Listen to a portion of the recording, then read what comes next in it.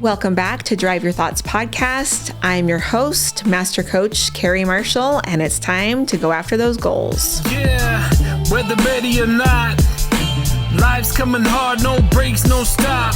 And if you put me on the spot, don't get it twisted, I never drop. If you feel a bit out of control and out the box, here's a way that you could drive your thoughts. Turn this podcast on, it's a lock. Carrie Marshall on the clock. Welcome to Drive Your Thoughts Coaching. I'm Carrie Marshall, and I honestly don't know if we're going to make it through this episode without giggling the entire time because I have my very best friend here for several reasons. But welcome, Katie Mortensen, to the podcast. Well, thank you. I'm so happy to be here. And yeah, this could be either a monumental moment for you. And you, right? Your first time being on a podcast. I'm sorry, they're all going to leave. Well, I'm really excited to have you here because of who you are and what you do, but also it's really fun to have you because you are my best friend. So I want to introduce you a little bit more formally. So Katie is the owner and fearless leader of the Sewing Nerd, and it is a sewing, what did you just call it? A sewing workroom? It's kind of morphed into a workroom, like a custom workroom. So tell us a little bit about what that means, being a sewing workroom now, and then we're going to talk a little bit about how it started and where it is now. Yeah, so sewing workroom is basically we take custom orders and we put your things together. So you can either be a designer that we work with, you can be just your own, you have these things that you want made. And what we do is we make custom pillows, custom window seat cushions, bench cushions, banquettes, and custom slip covers. So it's become more of a workroom instead of like an online shop because everything is so custom that, yeah, you can't really just order online anymore. Right. And your work has been featured in, for anybody that is Utah based, it's been featured in the Parade of Homes, several different homes. I can't even remember the count of how many homes you've done. I think there was just 10 this year. So 10 just this year on the Parade of Homes featuring your work. You've been featured in celebrity hideaways, private jets, multi-million-dollar homes. And so you have, and then like you said, kind of all over the spectrum, then just also people that are wanting to have custom pillow designs or things like that have also come to you. So this is true. Husbands either love me or hate me. It's just the way it goes. So let's really talk about how this business started, because oftentimes what I hear from my clients or people that come up to me talking about businesses is like, they want to have a base of like, well, how do I get the education to start a business? So let's talk about how you started your business, this because is probably the best story. Right. And it was funny. We were out to lunch the other day and you were talking to somebody about how you started your business. And I was like, hold on, you like skipped an entire section of this. So let's start from the beginning. Which you'll have to probably remind me because you've been along for the ride with me. Let's see. So my youngest is 13. So that would probably be what, 12, 11 years ago, about that time. Trying to think. No, I was pregnant with her. So it was like 14 years ago. I was pregnant with my youngest and I wanted to make some things for her. I don't know how to sew at that time. You know, my grandma was an amazing seamstress. She could make anything. Like she would whip up dresses and she could crochet like the Dickens. But I did not inherit that talent at the beginning. So I remember buying a sewing machine from Target. It was a Euro Shark Pro. I think it was like $65. I got it home pregnant and I had to ask my husband how to thread the bobbin. And he's like, are you kidding me? You don't know how to do that? So that's kind of where it started. He showed me how to do that. And I started making like little pillowcase dresses for her, car seat covers, nursing covers, which I completely forgot all about until we went out to lunch. So I kind of was toying around with that and really developed this love for creating things. And I'm horrible at following patterns, but I can just come up with things on my own. So what made you want to go from making things for your youngest to then actually selling those things? It's one of those things. So my mom, she's a go-getter. She has always been a go-getter from the time I can remember. She started her own wedding business back when I was in elementary school. So they would go, it was called Green Gables. And we would go to churches every Saturday night, Friday night, Saturday night, churches, homes, and set up wedding receptions. That's what she did. And so we were the free labor that came and helped. And so I think seeing her being such a go-getter is just something that I didn't really realize what was inside of me until something sparked. And so I remember making these things. And I'm like, oh, I just love making them. And I bet I could sell them. And so, of course, that's just kind of how it morphed into, instead of making things for just myself, you want to make more and more. But what am I going to do with all these car seat covers and nursing covers and pillowcase dresses? Not going to do much with them. So why not sell them? I remember looking into the markets everywhere. Like, where can I sell these things? Oh, the markets. Oh, that's where people would do it. The craft shows. So I remember my first market was I think it was Bijou Market. That was forever ago. And I remember hauling my crap there and just, we're going to sell all these things. Like, it's just one of those things. I just love it. I just loved making it and helping other people. Well, and it's really fascinating to see, like you said, like taking something that was just an interest for you and then being able to take it to the next level and say, okay, I like this. Now let me go and do it. And really it was with zero business background, zero sewing experience. Mm-mm. So it really did just start from, like you said, that spark of I think I can do this. And you said something that was really interesting, which is like just that, like, I know I can do this. So have you always had that type of confidence around doing things that maybe you've never done before? Yeah, I think so. I really like figuring things out. I love the problem solving of things, especially in what I do right now. Like, no cushion is the same. No slip cover is the same. So you have to problem solve all the time. I mean, I get cushion shapes that come in that look like somebody ran over like a Rubik's Cube. And it's got to fit in all these places, like just the nooks and crannies.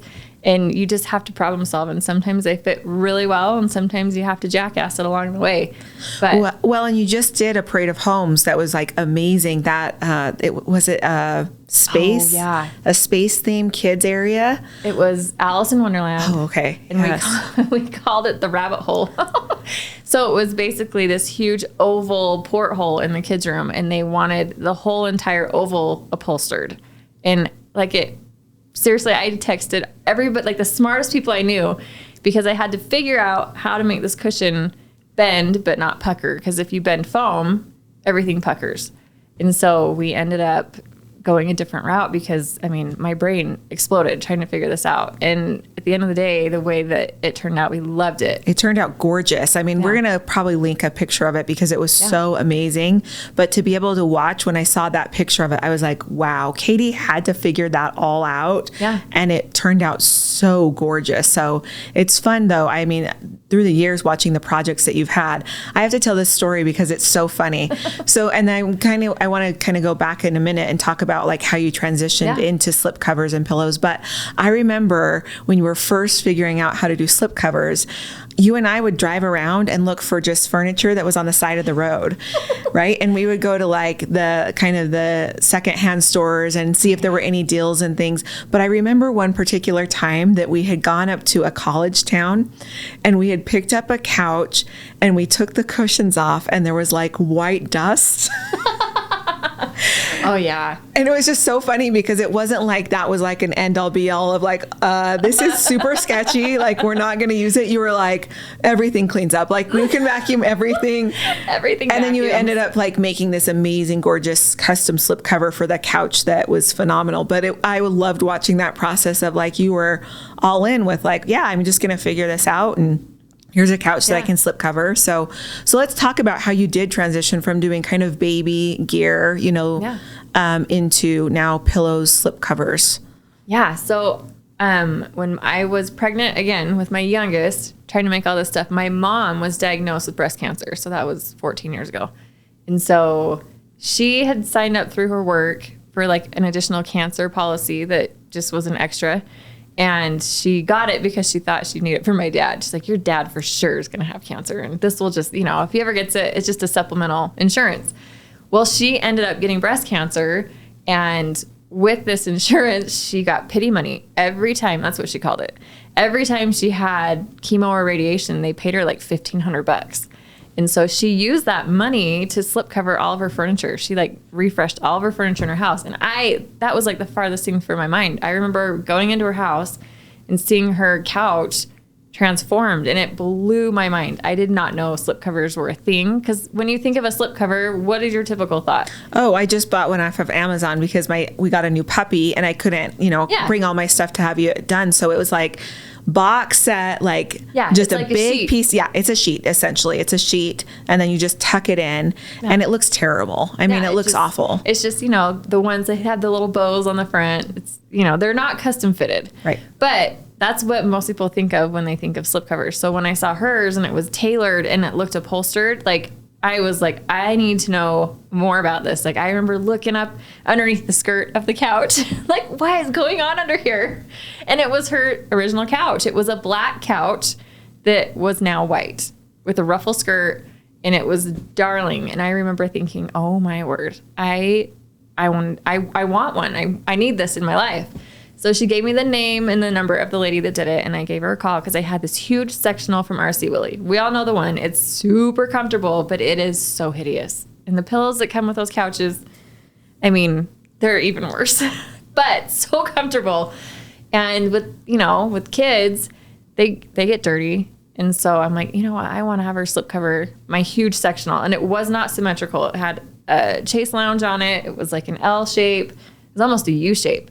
And so I got a bid from her, and I died. I think it was at the time, it was $1,000 maybe. And that was just labor plus fabric. And I couldn't afford it at the time. So I'm like, you know what?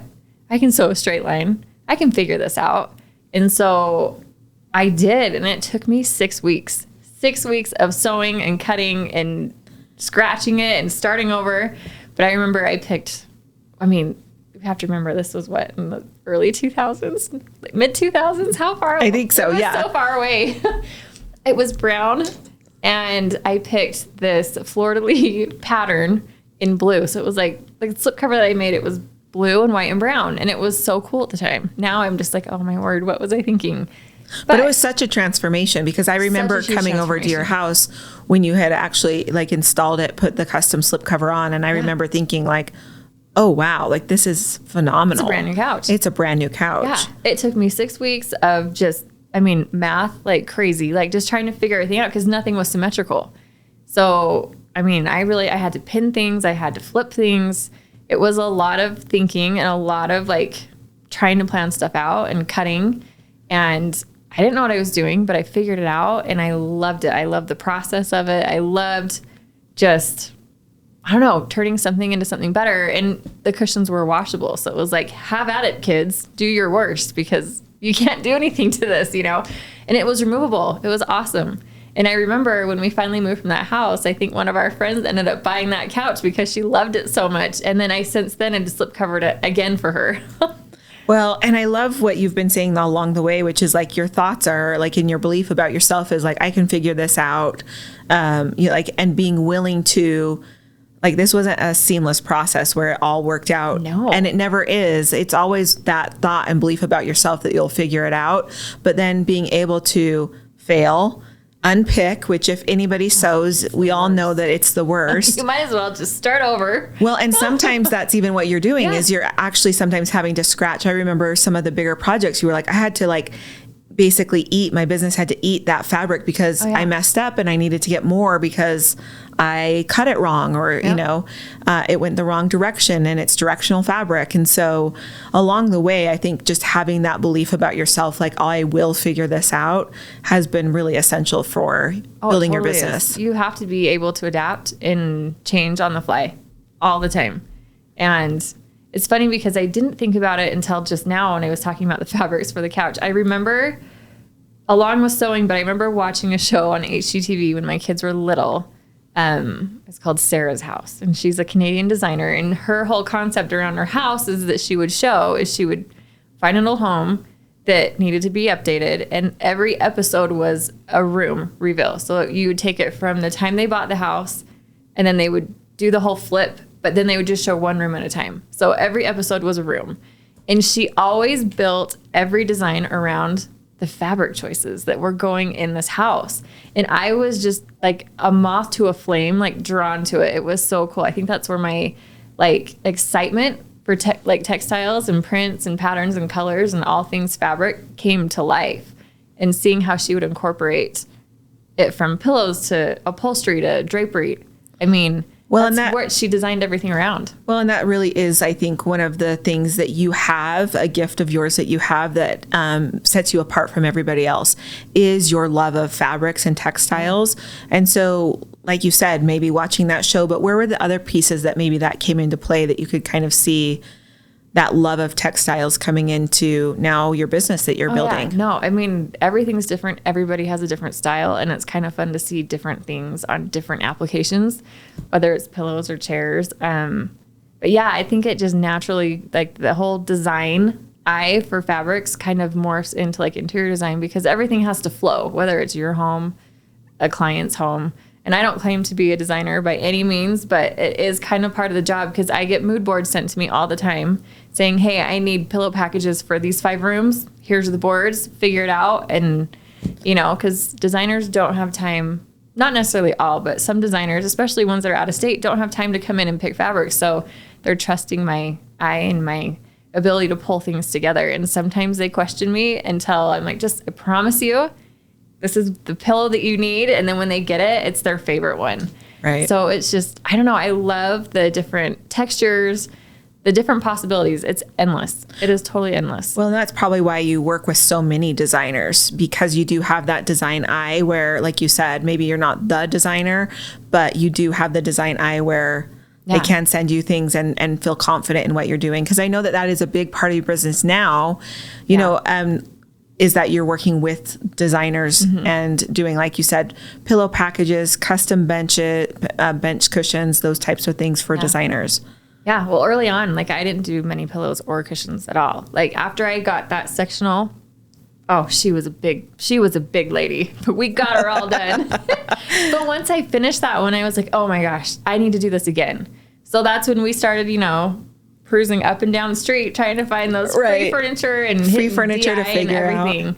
Well, and the cool thing is that you would do it, but then you'd go and sell it and flip it. You'd flip it. And so I think that that's something that to always remember, is that as you're doing your craft, it's okay to be figuring it out and making money at the same time, because maybe you're not going to be charging the most crazy amount, or maybe you're not going to be getting the very high end fabric for that project, but there is somebody else out there that's going to look at it and be like, wow, that's amazing, and I want it. Oh, yeah. I remember the first chair that I ever sold to somebody else was a little green. I think it was almost like teal. It was a wingback chair. But I remember the shape of the chair was super cute, because I didn't care what it looked like. The bones needed to be good, and the silhouette had to be good. And I just remember, I think it was the same fabric that I used on my couch, I used on that chair, and it sold. And I still remember saying like $150 for this chair. Like, oh my gosh, is that too expensive? Like in the beginning, it was like, I will do it for free. I just want to keep doing it. So I remember in the beginning, it's like, okay, people are liking what I put out. So I probably need to start like charging a little more for it, because it does take time. And, you know, at the beginning, I mean, a chair would probably take me, like 2 or 3 days to make. And now it's like I can do it with my eyes closed. But yeah, for the first, I would say 8 years, it was all slip covers. That's all I did. Is once I started flipping stuff on KSL, I would get people. So it was like the garage sale sites, you know? Right. But people would start saying, hey, I don't want this chair, but I have a chair. Like I have a piece of furniture that was my grandmother's. Yeah, my grandma's chair. But it's hideous and it needs to be updated. And so, I mean, I would just take everything that came my way. Like I didn't care. I mean, I remember getting like the Queen Anne style upholstered couches with the tufting in the backs. I had no clue what I was doing, but I'm like, sure, I can do it. It can't be that hard to figure out. And I would reupholster them. Like, oh my gosh, like I had no training whatsoever, but I figured it out. It took forever, but the clients were always happy as far as I knew.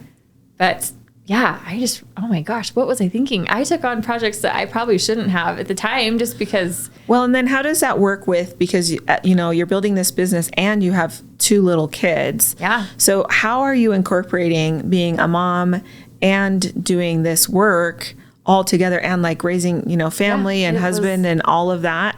So because I know a lot of people, that was one of the questions I asked on Instagram, like told everybody you were coming. And that was one of the questions we got, was like, how do you build a business while supporting and building a family? Nap time. when they're younger, it was nap time. My husband owns a landscape company, and in the summertime, I mean, you're basically a single mom. They're gone from sun up to sundown, and our kids were little. And I remember it was nap time. It was late nights, you know, because the one thing he did tell me that always stuck is like, listen, I support you 100%, but your job first and foremost is a mom and a wife to our family. And if this gets in the way, then it needs to stop, because this is where our focus was. I mean, our kids were tiny. I mean, infant, 2.5 years old. Right. So it was nap time, but we had an unfinished basement. So that's where I would work. And the kids, we made like a playroom down there, and they would hang out with me and when they were a little bit older. But yeah, finding balance. If people tell you they have balance in their life between work and home, they're bold-faced liars. You can't trust them. There is no such thing. I believe that too. I actually really do believe that there's no such thing as the balance of like, oh, this is what it's supposed to look like. And I think the other thing to kind of remember is that with your business, there's been times where, with both of our businesses, where we've pushed really, really hard. Yeah. And we've set our family up. We've kind of set it up like, okay, we're all going to do this. And, you know, and we'll talk about Swiss days, because that's a huge part of the journey that we have to talk about. But where you set up for that, but then there's also going to be times where you pull back and you're like, and I'm not taking custom orders right now. I'm not doing this. Like, my business is on hold. So I think that that's the other thing with the balance, is that you have to almost realize that there's going to be push times, and then there's also going to be times that you pull completely back and say like, yeah, the business is closed right now. Like, I do need to focus on my family. It is. And that's kind of the nice thing about, you know, running your own business, is that you can kind of call the shots as far as hours and availability goes. And I remember talking to one of my designers, and I love her to death. And she met me in a parking lot. I met a lot of people in a lot lot lots. Such shady deals. I was going to say, that's a whole nother thing of how shady custom sewing rooms can be, of like, definitely parking lot deals, cash only. Yeah, but I talked to her. I mean, this was just a few months ago. She was getting me, you know, she was dropping off fabrics to me for her client, and she's like, sorry, I didn't answer you yesterday. So it was a Tuesday. So I talked to her. I texted her Monday and said, hey, I'll be here if you want to meet in a parking lot.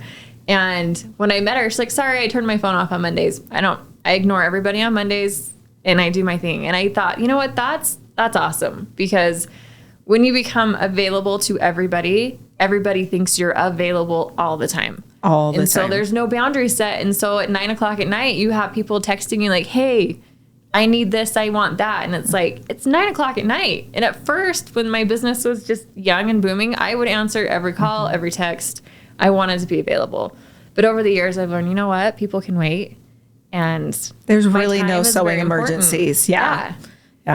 Well, and I do think that, like you said, like, over time, the more that we see business coming in, the more that those boundaries are in place. Yeah. And then I do think that, you know, when we do see other women or other entrepreneurs doing that, it really is, it makes me almost like respect them more for having those things in place. Like, oh, I don't answer my phones on Mondays. I'm like, amazing. I'm so excited for that. And you're so mad at yourself. You're like, why haven't I been doing this? Yeah, exactly. Okay. Now let's talk about Swiss days, because you start doing, you know, custom slip covers. You're doing that. Oh my gosh. Yes. And then you start to create pillows. Now, well, that didn't come till after the first Swiss days, if you remember. So I remember going up to Swiss days. So let's talk about Swiss days first, because there's a lot of people from everywhere. So what is Swiss days? Swiss days is a glorious nightmare. Is that how you can describe it? I think that's the best way to describe it. So it's set up in Midway, Utah. It's a cute little, can you call it a mountain town? I would call it a mountain town, maybe. It's just like right at the base of a mountain. And so at Temp. And so, I mean, it's like a recreation location. And there's a couple of golf courses. You've got just hiking, biking, fishing, lakes, everything. It's the cutest little town, and it was settled by the Swiss, apparently. Rumor has it. And every summer, it's usually typically over Labor Day weekend, like the Friday, Saturday before Labor Day, it's basically a ginormous craft fair. Yes. And I mean, it's not like, oh, it's a cute little craft fair. Like, people come from far and wide. The vendors, they make a living out of coming to Swiss days and hitting maybe a few more throughout the country. But this is a big deal. And it's like, a big deal. like Katie people said, come up, it's a tradition. They come with their moms, with their their sisters, moms. their It's like a grandmas, girls' weekend type of a thing. And so there are thousands and thousands of people. They get over 100,000 people through. 100,000 people in for 2 a days. craft fair or like that type of a fair. So I remember going up with my mom. I had no idea what Swiss Days was. I went up with my mom and my sister-in-law at the time and somebody else because that's what they always did. And we were walking through the booths, and everything has to be handmade. When you're inside the square, so Swiss Days is in the middle of town in the park. If you're in the square of Swiss Days, everything has to be handmade. But there's also businesses that surround the park, and that can have product and services and things like that. They actually rent booth space in front of their properties, but because you're not technically in Swiss Days, you don't have to follow all the rules. You just have to pay your fee. You've got your booth. You can sell whatever you want as long as they approve it. And so I remember applying that first year because I went and I was like, what is this place? Like, oh my gosh. Like, I don't know what I was thinking, but I'm like, I can totally do this. Oh, it was because there was a lady there that had a booth and she had upholstered pieces of furniture and they were crazy, wacky colors, even for myself. I'm like, oh my gosh. But I was asking her, like, are you selling these? Like, is this your booth? It was just like a couple pieces of furniture, like maybe 4 pieces of furniture. And it's a 2-day craft fair. And she's like, yeah, but people already bought them, so I'm pretty much done. I'm just sitting here for the next whatever, because I think it was a Saturday. And I'm like, people paid money for that? She's like, oh yeah, they have to come pick it up. So my wheels were spinning. I'm like, okay, if she can sell that stuff, oh, my stuff for sure is going to sell. I'll slip cover the crap out of this furniture and done deal, right? So I was able to, I didn't get into Swiss Days the next year, but I did get in across the street at the bakery. And so we had our booth all set up the next year. We go up and I think I made 2 couches. We had the double-decker pallet. We had 2 pallets and they were extra long. So we set them up on top of each other. So it was like a bunk bed almost. So we had a couch on the bottom, a couch on the top, a couple of chairs. And I think I made like maybe 5 or 6 pillows just to throw on the couches. And I'm like, oh, I've got this one in the bag. That lady sold through that. These are going to be gone in a heartbeat. And I remember sitting up there and I handed out a gazillion cards and I did not sell one thing. I did not sell one thing that first year at Swiss Days. Actually, I think I sold maybe 1 chair because it was easy to carry. Mm-hmm. Didn't think that through. Like, Swiss Days was a grab and go type of place. Yes. But I remember thinking like some people would look at that as a failure. But for me, I was like, okay, I came, I saw what the people want. We're going to shift completely. Slip covers are kind of a hard sell because it's a piece of furniture basically. Mm-hmm. And you have husbands with you that don't want you to spend any money. Well, so, and to try and think through like where does this fit? How does it? Yes, all of those things. In the car. Like, it was just one of those things that was like, okay, I learned right then and there, like, furniture is not what I need to be selling up here. But I love that you said, you took it, some people might have taken it as a failure, but you took it as a learning opportunity because that's exactly what we do is when we have that, so many people would have just quit and been like, that was terrible. I, lost money or whatever, but you went home, you sold the furniture. Yeah, we sold the furniture. We ended up putting it at Thanksgiving Point because that's where my mom worked. And she's like, let's throw it on the floor. And I ended up selling it all later, which was great. But then you pivoted and you were like, here's what we need to learn from this. And so then you were like, it's grab and go. Yeah. It's pillow packages. Yeah. It's figuring out now what's the system where people are here, watching people's buying patterns while you were up there. Oh, yeah. And then coming back and being like, okay, I've got a year. Well, and it wasn't like a total bust. Like, people would come in the booth and they're like, what are you selling? I'm like, oh, these are slipcover furniture. And people were like, their minds were blown that it was slip covered because they're so custom fitted that, I went through so many cards because people were like, oh my gosh, I have a couch. I have this, I have that. So because of that, I pulled a ton of business that following year, which was great. So the next year I'm like, okay, I noticed there were pillows up at Swiss Days, but they were hideous. Like, they just, they the worst. I'm like, no, we can elevate the style a little bit. Right. So I spent the spring gathering fabrics for, it felt like forever. And then I did do a couple of slip covers. I ended up bringing up a pair of chairs that I had slip covered. So I'm like, those are little. They have to be mobile. And then we'll just do pillows. And then that year after, it was And let's Game just over. kind of like give a context. How many pillows are you bringing up to a Swiss Days? The first year, I think we did like 150. Brought 150 pillows. We were stuffing them on site. I don't know if you remember that. Because yeah, Carrie I came remember. with me. She was my pillow slinger. Yes. Yeah. Partner in crime. But yeah, so I had Carrie and my mom and me, and we would stay up there and sell pillows all day, and people were like loving it. Like, Well, and one of the things that Katie does really well is when you were selling, it's not just, do you want this pillow and let me get your credit card? Katie's really amazing at being able to say like, hey, this pillow has a friend. Yeah, they all have friends. And then one of the things that people would actually come back year after year is actually for your design eye. Yeah. And so people would save up money, put it on their checklist. They would hit the booth first, and then they would have Katie pillow packages for them, and they'd say, oh, I need this for my bed, my couch. I had ladies bring in paint swatches, right, fabric samples, bedding. I had ladies coming. I mean, it was usually like 2 weeks before Swiss Days, I would get hit with, hey, can you give us a sneak peek? I just need to know what I need to, like, because it doesn't open until 8, but like people start showing up at 7 o'clock. 7 o'clock people would be there. Okay, so 150 pillows the first. The last time you did, like, what was the... So I did it for 5 years. Mm-hmm. So the first year was not a bust. It was learning. Second year, it was like 150. Third year, I think we did 350. Mm-hmm. Was it 350? We might have done 400 the fourth year. And then the last year, I think we had like 550 pillows. It got to the point where we had to bring a box truck with us. We did. We had to like...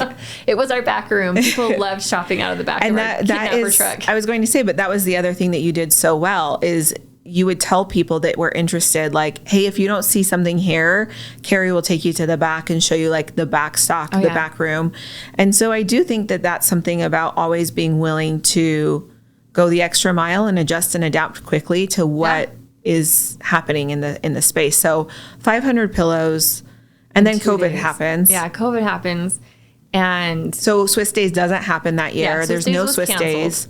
And honestly, because I was talking to Carrie that the last year that I did it, I'm like, oh man, I love this so much. It's so fun because I would have repeat customers come, and you become friends with these people and you love them and they adore you and you adore them, and and it's such an experience. It's so fun. Labor Day still comes up and I still text you like, I know, hey, because we spent like 4 or 5 because we're not Labor talking Days about together. pillow covers, like we're talking about stuffed pillows with down inserts. So imagine stuffing 550 pillows, bagging them, bringing them. I mean, it was a lot. I mean, it took my whole spring and summer. Mm-hmm. And I finally got to the point where I'm like, listen, I think we've had a good run at it. I mean, every year we get told we had the best booth. Like that's like the highest compliment you can get. At Swiss Days, Like, absolutely. Our booth was like amazing.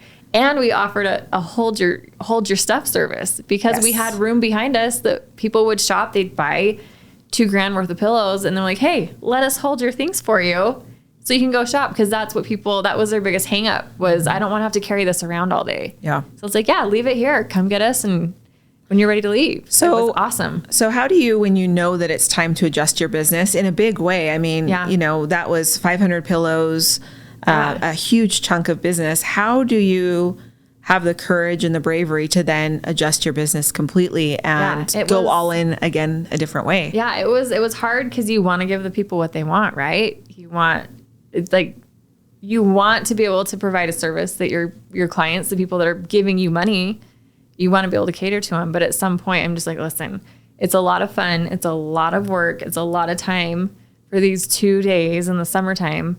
But it's away from my family. But over the years, because of Swiss Days, I was able to pull clients that would come see me after Swiss Days and do things for them. And, once I was introduced to a few designers, I think it was enough that I was like, you know what? I am so busy as it is that taking the time away from that to do this, it's not an opportunity cost that I need right now. Like it was a wash almost. Well, and it just goes back to like going all in on you. Yeah. And so kind of like trusting that your gut and what your gut is telling you and that intuition is telling you is going to lead to success another way. Right. And I've watched you do that with even like spaces that you've been working in, right? Like you've worked the valley, Again, girlfriend. A whole other episode. But that is one of the other things is like finding spaces to like do your craft. You've built a custom home once around your workroom. You also have worked in warehouses, storefronts, garages, sweat boxes. We always call it the sweat box. Yeah, like where are you supposed to work, right? At this point, because a bedroom isn't going to cut it. You don't want to be taking furniture up and downstairs. I have done that. It is not fun. And my sewing machines weigh about 1,000 pounds. So it became, let's see, I'm trying to think. In Orem, it was in the basement.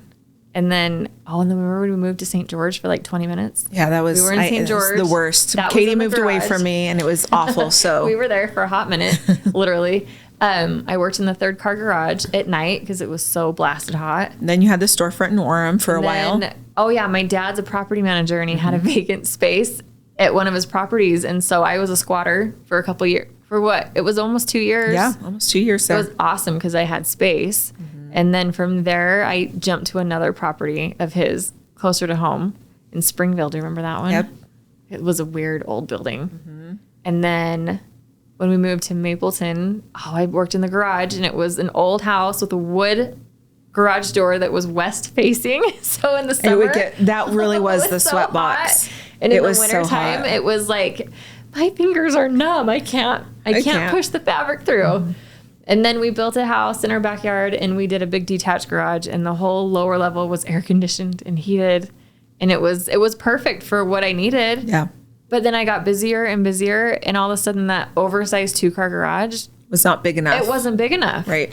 So when we sold that house, I had to get a warehouse. Yeah. And so, I'm working now. I think it's like 1,500 square feet. And even then I look around and I'm like, oh my gosh, please tell me I've got to make this work. Like, I don't want a bigger workshop like this, but you have a 12-foot cutting table, so it's got to fit in there somewhere. Right. So right now we're in a warehouse. It's awesome. So how do you move through expansion? And, I know that sometimes it feels like a lot and then, having to decide like, okay, do we scale up? Do we stay where we're at? So how do you make those decisions? I think it's difficult sometimes because I think I see how much we're pumping out every month with just the work that we have. And it's like, oh my gosh, this is amazing. I think we can do more. But at the same time, more money, more problems. Let's be honest. I mean, the more you need to pump out, the more help you need because I can only do so much by myself. So right now it's me and one other lady that helps me when I get overwhelmed. And then I have, so there's 3 of us. And then one that helps with the bookkeeping. But like I'm at this point right now where I'm like, I think I need to hire a few more people because the work isn't stopping. It's still coming. And the more exposure I'm getting, and I mean, everything comes down to quality. Like anybody can sew a pillow, anybody can sew a cushion, but the quality is what counts. And that was the one thing I learned with Swiss Days is I still, after 5 years, will get messages right around Swiss Days. Are you going to be there? I bought the first year and I still love that pillow. It's still held up. Like to me, that is the biggest compliment I could ever get. Well, it really is. The quality of the product because I mean, I remember people walking by at Swiss Days saying $50 for a pillow. And at first I was like, oh no, is that too much? But then I'm like, no, you can go to Target or you can go to Home Goods or TJ Maxx and go get a pillow, but it's going to last for 3 months. I mean, these suckers, they're good. They're amazing. They're good. All of our pillows at our house are your pillows. Yeah. Made by you. We have custom slip covers made by you and every single thing I've never worried about. Yeah. The quality, everything is amazing. But you just brought up a really important part that I think that a lot of, especially women, struggle with, which is pricing. Yeah. So let's talk about that because you've actually been my example of pricing to make it work for your family and for you. So how are you able to charge so what you charge and feel great about it and feel confident as you've raised your prices and gone through that process? In the beginning, like I said, it was like, let me do it for free. I just want to do it. And then as it got more and more, I'd still get people say, oh, that's expensive for that. And it's like, oh, is it? Should I take off $50? Like, would that make it better? But then I think once you start getting enough work to keep you busy, like, okay, people are liking what I'm doing. Like, I've got something here. And then it's like, okay, I'm too busy. It's time to raise my prices. Like clearly everyone can afford what I'm doing. So it's time to bump it up because I can't keep up with it. And then you'll kind of weed out the ones that, usually the ones that are picky over pricing are the ones that are going to give you the hardest time. They'll always complain about something. And as I've gone through it, it's got to be worth your time. You get to a point where it's like, if I'm taking time away from my family to do this, it has to be worth the time. And so, yeah, every year you kind of have to analyze how much work you have. And it's like, things are good right now. Everything's good. But like with COVID and pricing going crazy, you have to adjust prices because you can't be making things for free. Well, and that's exactly what happened with COVID. Yeah. And then there's all the supply chain issues that happened. Had supply chain issues with fabrics, with mills shutting down. Like there's 4 mills that service the entire country. And so it's like, once they shut down, it was like, oh, it's going to be impossible to get fabric, which it actually wasn't too bad. There were a few brands where I'm like, are you kidding me? 56 weeks on a back order, pull it off your website. Like, don't make it available. 56 weeks, that's over a year. But then, things got better. But then the foam crisis happened where you couldn't get products for foam to make foam. And so, I mean, a lot of my clients are awesome. I've been really, really lucky in that my clients love and appreciate the products that we make. So I really don't get people that will squabble on price and they understand what they're getting. And I've had people say, oh my goodness, that's way too expensive. But then they always come back a year later and say, okay, I'm ready now. And at the beginning I would be like, oh my gosh, let me help you. But now it's like, no, I know what I have. I know what my product is. And if you want it, you want it. So, and it's like me, like if there's something I want and I can't afford it, I am not about to go haggle with somebody because I know how hard it is to make things. I'm like, okay, great. I'm going to save my money. And when I'm ready, I'm going to do it. Yeah, I love that. Yeah. So let's talk about being a business owner now, because like we just mentioned that whole story, it's like building a business from scratch, going and buying a sewing machine from Target and now having, all of this amazing industrial machines, thousands of dollars worth of equipment, building a business.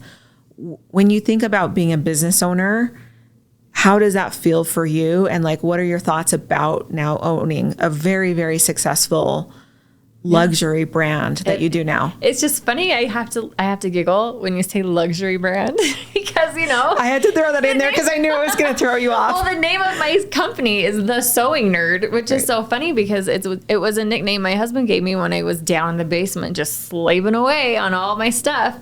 And it stuck, but it's so funny because anytime I introduce that to anybody, like a new vendor, a client, they love it because it makes them laugh.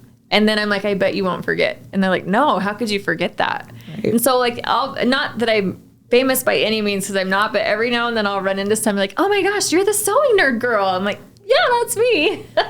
But I love it. But I think owning a business, like it wasn't something that I started out wanting to do. It was almost like I had to figure out something to do with this fabric addiction that I had and this need to create something.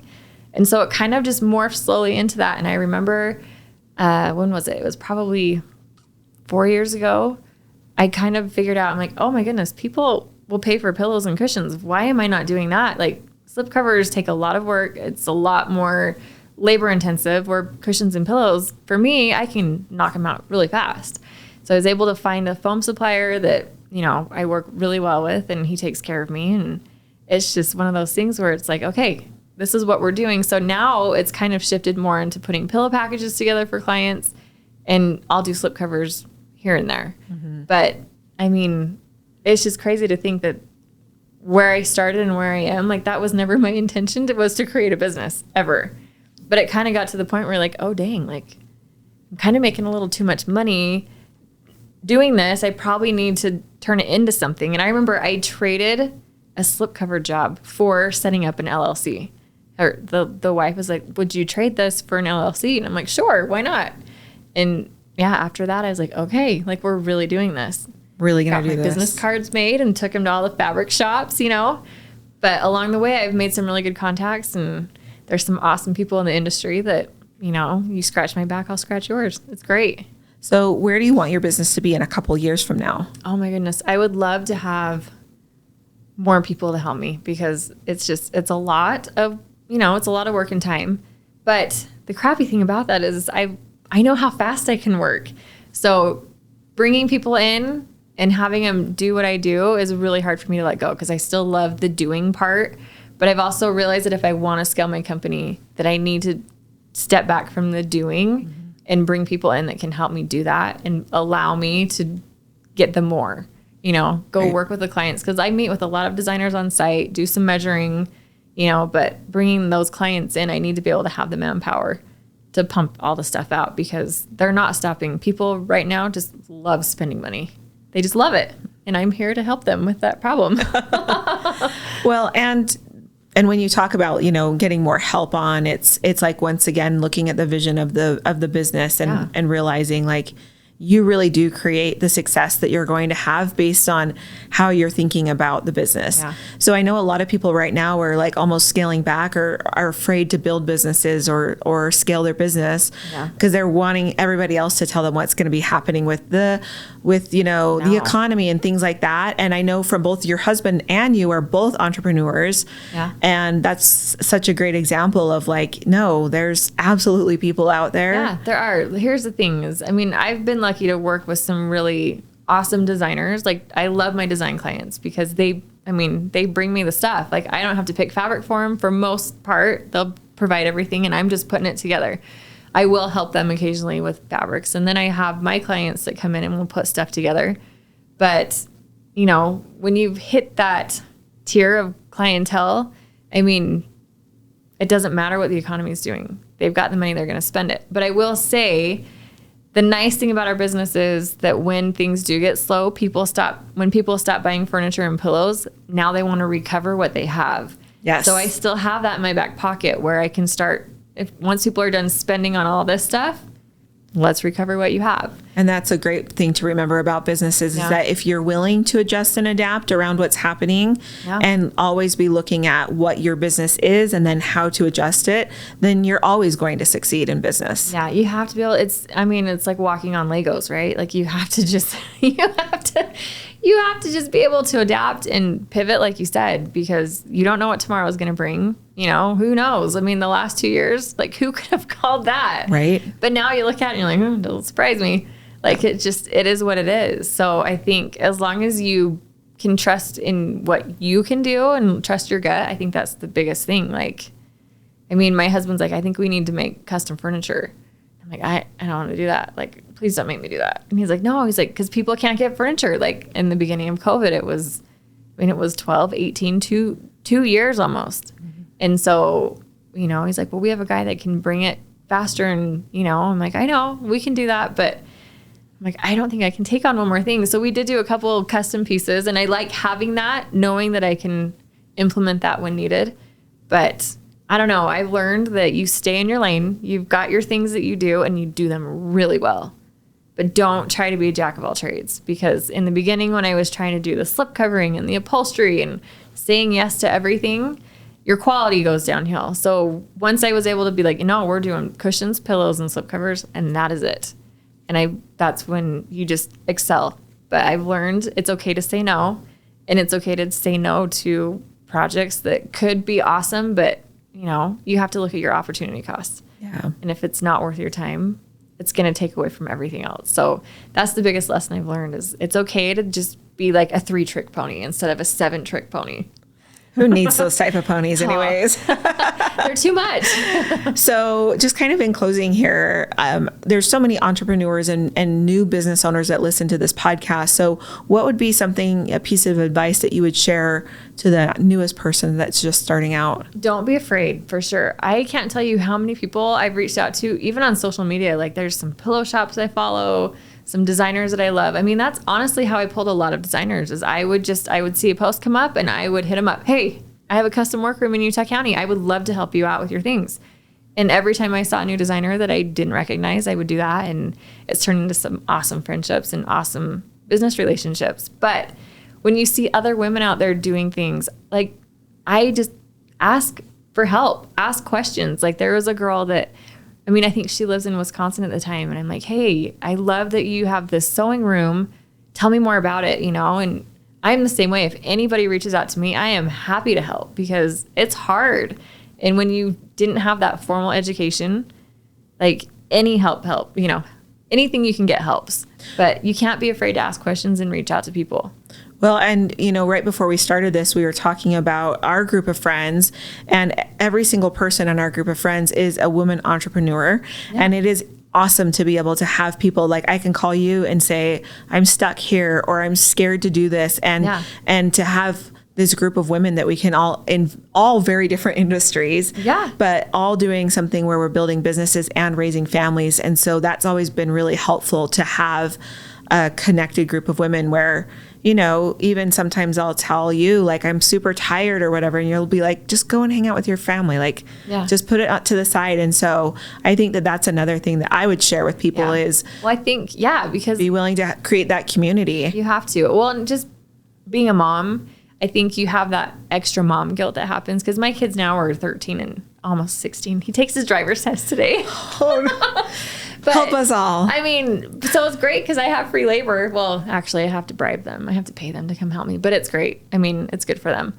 But I think as a woman who has a business, it is 100% okay to just, I'm not working today. My kids need me. My family needs me. Because I think we tend to take on a lot more than we should.